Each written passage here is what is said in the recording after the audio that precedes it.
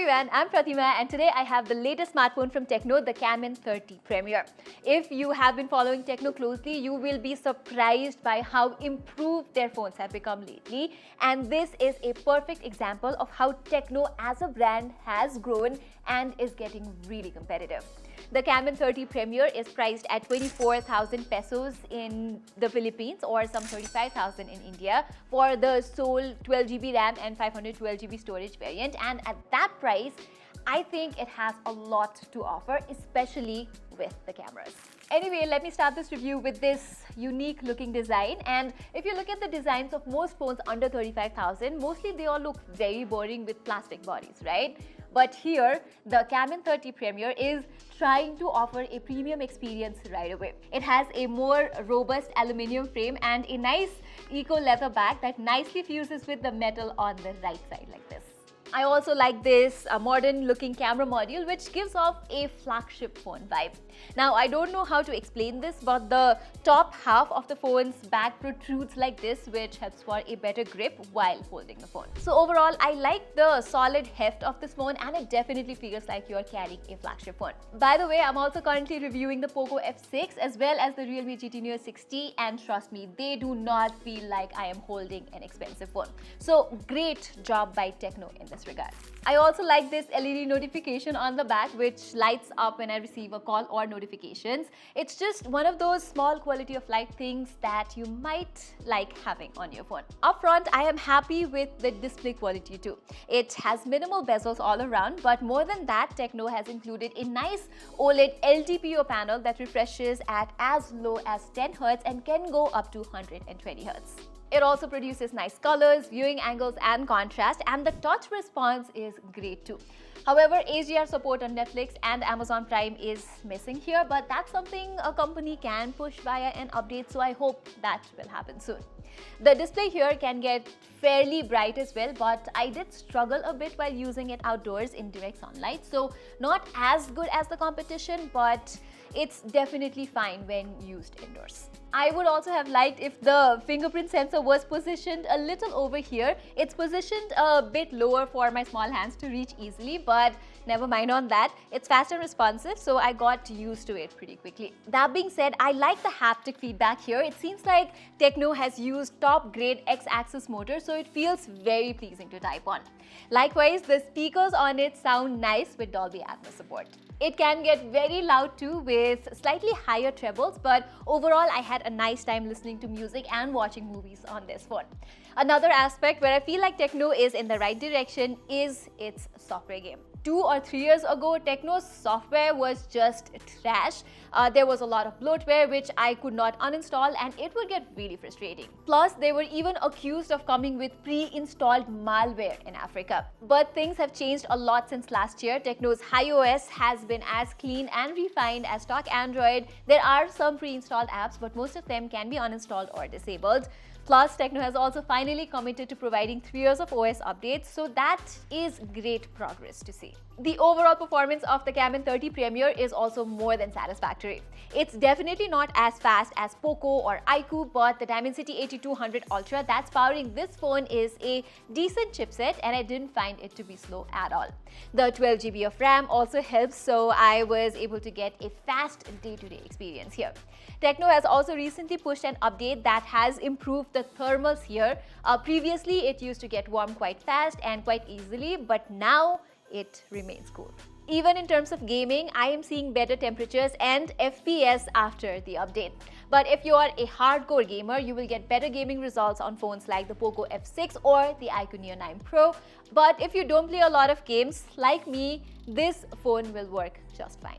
The only area I think TECNO should improve is optimizing the battery endurance. Although the Camon 30 Premier has a big enough 5000 mAh battery, an LTPO screen as well as a 4nm energy efficient chipset, I am not getting as good of a battery life here. The max I'm getting is 5 to 5.5 hours of screen on time, and I think it should be providing me with better backup. There seems to be some kind of optimization issue. The overnight battery drain is also quite high. Thankfully, TECNO has provided a fast 70-watt wire charger inside the box, which can get the phone from 0 to 100% in about 45 minutes. Okay, another aspect I believe where the TECNO Camon 30 Premier stands out against the competition is its cameras. The company is marketing it as the first mid-range smartphone with Sony's dedicated imaging chip, which helps the CPU's ISP for faster and better image processing. Along with that, the camera hardware here looks very promising as well, with a 50-megapixel Sony IMX890 main lens, a 50-megapixel ultra-wide-angle lens, and a 50-megapixel periscope lens with 3x optical zoom. Up front too, we have a 50-megapixel camera for selfies. Okay, so first let me talk about the portraits, and disclaimer, if you like taking portraits, you will be happy with what the Camon 30 Premier does. You can click portraits in different focal lengths like 1x, 1.5x, 2x, but the 3x 70mm portraits from the periscope lens are something outstanding. The shots are something that even can be compared with a flagship phone. The background blur, the skin tone, edge detection, everything is surprisingly well rendered. Even my dog's portrait looks so good. The best thing is the near natural color reproduction and detail preservation. And with this 3x periscope lens, you can capture good zoomed in photos as well, to a certain level of course, but you can get some good macro shots from its periscope camera, that's for sure. Look at how nice the subject focus and background blur is in these samples. Even from the main camera, the output is quite nice. I'm not a fan of the warmth the photos have most of the time, and the color tuning could have been a little better too, but the detail, sharpness and dynamic range are mostly good here. The only thing is that TECNO tends to go overboard with the contrast and shadow processing sometimes, but other than that, in good lighting conditions, the photos come out quite nice. Much better than Poco, Realme or even iQOO phones.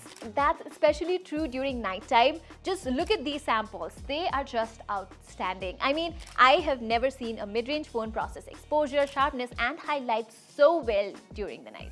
The 3x nighttime photos are not bad too. The sharpness and everything are good, but it's just that sometimes the images look a bit faded.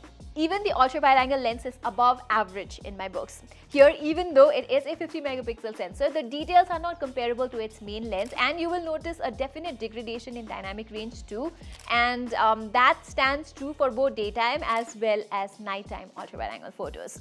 Also, the selfies are just okay here, nothing extra.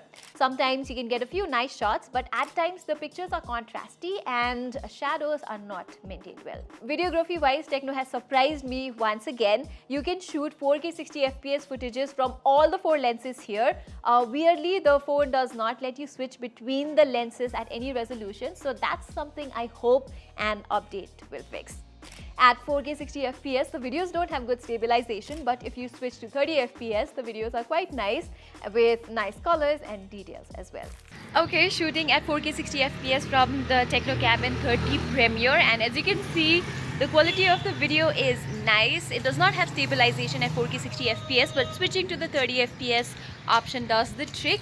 Okay, let me wrap up this video now and give you a clear conclusion. So if you look at all the smartphones under 35,000 rupees, most of them are focusing on performance and performance only, but I think TECNO has surprisingly found a way to offer all-rounder balanced features here. A well-built and good-looking design, check. A nice OLED display with good speakers and haptics, check. Fast performance with 512 gigs of storage, check. Good battery life and fast charging, check. Best camera quality for the price, double check. So yeah, a surprisingly good phone from TECNO that's easy for me to recommend, especially if you want the best camera at this price range. Alright everybody, that was all for this video. I hope you enjoyed it, and if you did, don't forget to give it a thumbs up, and while you're there, don't forget to subscribe. Turns out 80% of you guys are not subscribed, so a subscription from you guys would be great. Saying this, I'm Pratima, and I will see you in my next video.